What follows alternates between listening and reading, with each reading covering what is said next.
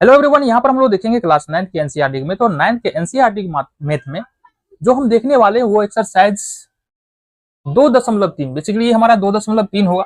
2.3 के इंट्रोडक्शन के बारे में बात करें और यहाँ पर जो हम कॉन्सेप्ट देख रहे हैं वो है हमारा गुणनखंड प्रमेय क्या होता है। शेषफल प्रमेय के बारे में ठीक इससे पहले वाले लेक्चर में हमने बात किया था और बिल्कुल डिटेल में बात किया था और ढेर सारे प्रश्नों को भी हमने वहां पर देखा था। बट यहाँ पर बात आती है गुणनखंड प्रमेय क्या होता है, तो इसको भी हम लोग अच्छी तरह से देखने वाले हैं और ढेर सारे क्वेश्चन भी इस पर हम लोग करने वाले, जो तुम्हारे रेफरेंस बुक जितने भी है उससे आने वाले हैं और साथ ही साथ तुम्हारे प्रीवियस ईयर के एग्जाम जो है, पिछले साल का जो एग्जाम में क्वेश्चन है उनसे भी कुछ प्रश्न हम देखने वाले हैं। आ जाओ, होता क्या है गुणनखंड प्रमेय। तो गुणनखंड प्रमेय को समझने के लिए हम एक बहुपद लेते हैं और समझते हैं। ठीक है जी, आ जाओ।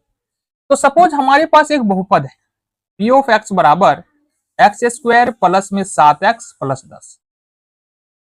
अब ये जो बहुपद हमने लिखा है पी ऑफ एक्स कहने का मतलब है कि कोई बहुपद है जो एक्स चर में है। पी ऑफ एक्स कहने का मतलब क्या है, कोई बहुपद है जो एक्स चर में है। ठीक है, अगर क्यू ऑफ एक्स लिख रहे हैं या क्यू ऑफ वाई लिख रहे हैं, सपोज हम लिख रहे हैं क्यू ऑफ वाई, तो कोई बहुपद है और ये वाई चर में है, तो Y square plus 3y plus 9, तो ये बहुपद तुम्हारा हो सकता है।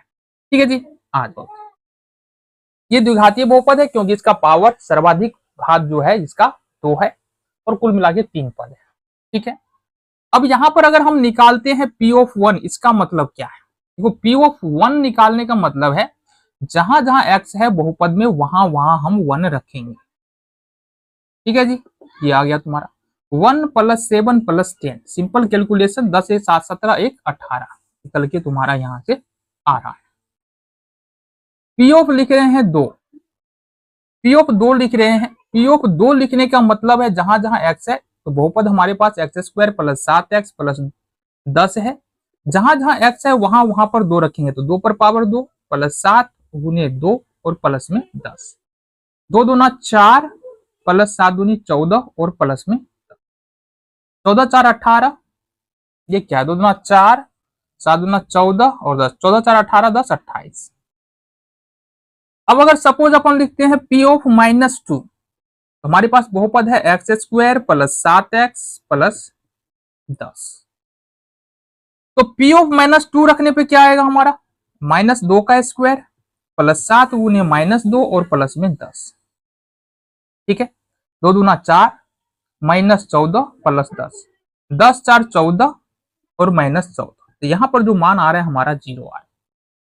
तो बेसिकली हम यहां पर कहते क्या है कि x बराबर 1 पर इस वाले बहुपद का मान निकल के हमारा 18 आ रहा है।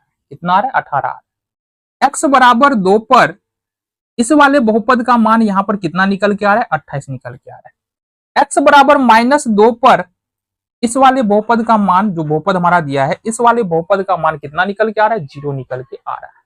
ठीक है, इतनी बातें क्लियर है। ठीक है, चलो अच्छा, एक बात और हमने देखा है, एक बात और हमने देखा है, अगर बहुपद का कोई ऐसा मान है जिसको बहुपद में चर के स्थान पर रखते हैं और बहुपद का पूरा मान 0 हो जाता है, तो वो बहुपद का शून्यक कहलाता है। क्या कहलाता है, बहुपद का शून्यक। हमने क्या किया, चर के स्थान पर -2 रखा और बहुपद का मान कितना आ रहा है 0 आ रहा है। इसका मतलब ये जो -2 है ना, -2 है ना, ये इस वाले बहुपद का शून्यक है।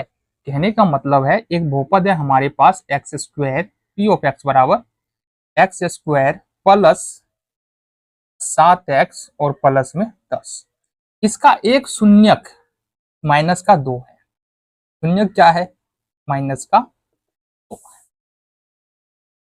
अब समझो, हम आ रहे गुणनखंड प्रमेय पे ही आ रहे, बट स्टेप बाय स्टेप चलेंगे जी, समझना है ना। तो अगर कोई बहुपद है हमारे पास, सपोज ये बहुपद है, इसका एक शून्यक x-2 है, तो इसका एक गुणनखंड क्या होगा ये देखो, इसका एक गुणनखंड होगा x -2, है ना, x-2, तो ये होगा हमारा x minus minus plus x plus 2। बस यही गुणनखंड प्रमेय है, यही तुम्हारा गुणनखंड प्रमेय, और कुछ नहीं है गुणनखंड प्रमेय। ठीक है, हम क्या बोले, हम बोले तुमको एक बहुपद है x square plus 7x plus 10, इसका एक शून्यक यहाँ पर है हमारे पास माइनस का 5, कितना है, माइनस का 5 है। तो इसका जो एक गुणनखंड होगा वो क्या हो जाएगा, एक गुणनखंड हो जाएगा x माइनस माइनस का 5 x प्लस 5, एक इसका गुणनखंड हो जाएगा। क्लियर है बात, क्लियर है बात।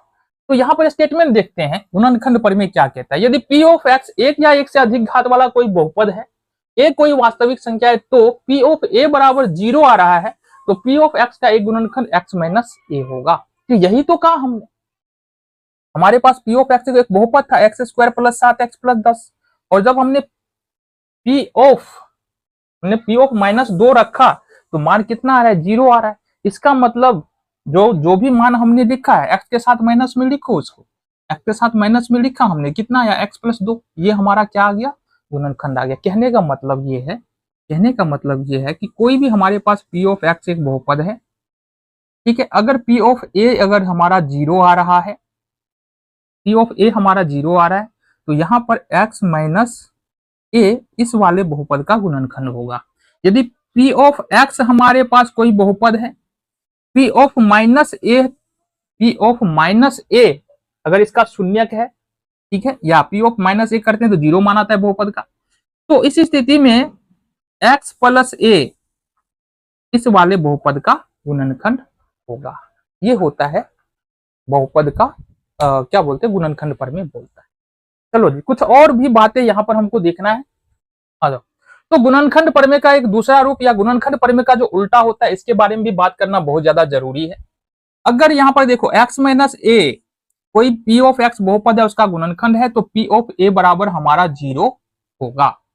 कैसे समझे, तो यहाँ पर बोला जा रहा है एक बहुपद है, सपोज हमारे पास p ऑफ x एक बहुपद है, x स्क्वायर प्लस 7x और प्लस 10, ये एक बहुपद है। अब बोला जा रहा है जांच करें कि x प्लस 5 इस बहुपद का गुणनखंड है या नहीं है। तो इसके लिए क्या करेंगे, सिंपली हमको करना है x प्लस 5 बराबर 0, x बराबर तुम्हारा कितना निकलेगा, माइनस का 5, मतलब इसका हमको शून्यक निकालना है, x प्लस 5 का शून्यक निकालना है, जो निकला -5।